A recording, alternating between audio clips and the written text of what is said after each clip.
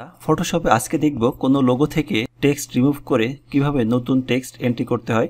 তো এজন্য সর্বপ্রথমে আমরা এখান থেকে ইরেজ টুলে ক্লিক করে এই লেখাটা রিমুভ করে দিব। তো রিমুভ করার জন্য আপনার ব্যাকগ্রাউন্ড কালারটা অবশ্যই সাদা রেখে ওকে দিবেন। এরপর জাস্ট মাউস দিয়ে এরপর ড্রপ করলে আপনার লেখাটি রিমুভ হয়ে যাবে। যে লেখাটা লিখব লেখার জন্য আপনার এই বৃত্তটা নিয়ে জাস্ট আপনার এইটা ক্লিক থাকবে, আপনি এটার উপর ক্লিক করে কিবোর্ড থেকে শিফট বাটন চেপে রেখে বৃত্তটা ক্রিয়েট করবেন। টেক্সটটি লেখার জন্য আমরা জাস্ট এই টুলসটাতে একটা ক্লিক করে উপরের এই টুলসটা নিয়ে নিব। এখন এখানে কার্সর নিলে কার্সরের চিহ্নটা একটু পরিবর্তন দেখাবে, তখন আপনি মাউস ক্লিক করবেন। এখন কিবোর্ড থেকে টাইপ করলে আপনার বৃত্ত আকার লেখা তৈরি হবে।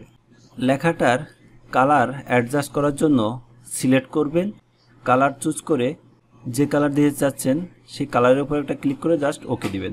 এভাবে আপনারা খুব সহজেই কোনো লোগো থেকে টেক্সট রিমুভ করে সহজেই কোনো টেক্সট এন্ট্রি করতে পারবেন। ভিডিওটি কেমন লাগলো জানিয়ে কমেন্ট করবেন। সবাইকে ধন্যবাদ।